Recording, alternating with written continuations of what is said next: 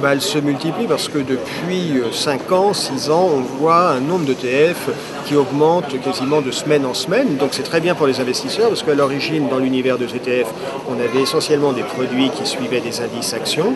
Puis ça s'est ouvert aux indices obligataires, aux indices monétaires. Donc aujourd'hui, on a une offre sur un marché comme la France qui compte plusieurs centaines d'ETF. Donc pour l'investisseur, c'est bien parce que ça veut dire qu'il a un choix de plus en plus important, de plus en plus d'opportunités.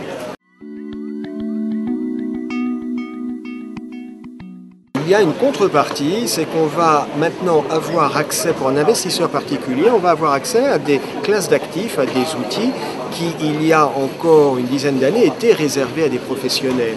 Et la question qu'on se pose, c'est est-ce que tous les particuliers sont bien formés, bien équipés pour aller sur ces classes d'actifs qui parfois peuvent être un petit peu spéculatives, un peu dangereuses. Je vais prendre des exemples concrets. On a aujourd'hui des ETF qui permettent d'investir sur l'Inde, sur le Koweït, sur l'Égypte, avec parfois des performances très séduisantes. Certains de ces ETF qui permettent d'investir sur l'Inde, sur l'Égypte ou sur le Koweït sont éligibles au PEA, donc c'est réellement une incitation sur ces marchés.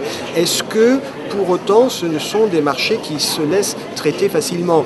Si je prends le cas du marché égyptien, la bourse du Caire est certes une bourse séduisante, mais attention, c'est une bourse qui manque un peu de profondeur, qui manque parfois peut-être un peu de transparence.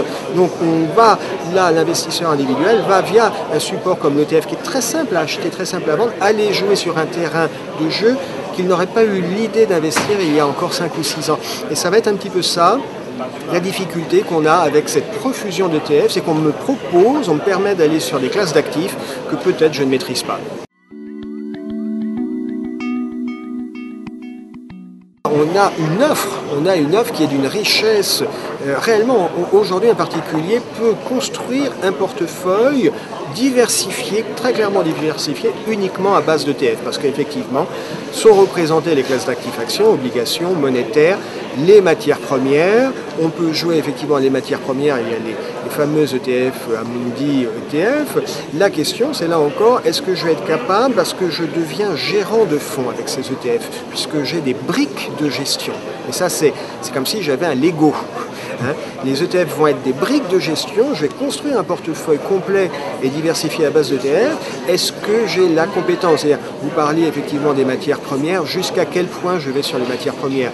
Est-ce que j'en mets plutôt 5, 6, 7% maximum, ou est-ce que je me laisse porter par les cours de l'or? Est-ce que je me laisse porter par les cours du coton? Est-ce que je me laisse porter par les cours du pétrole? Et est-ce que j'en mets 40%?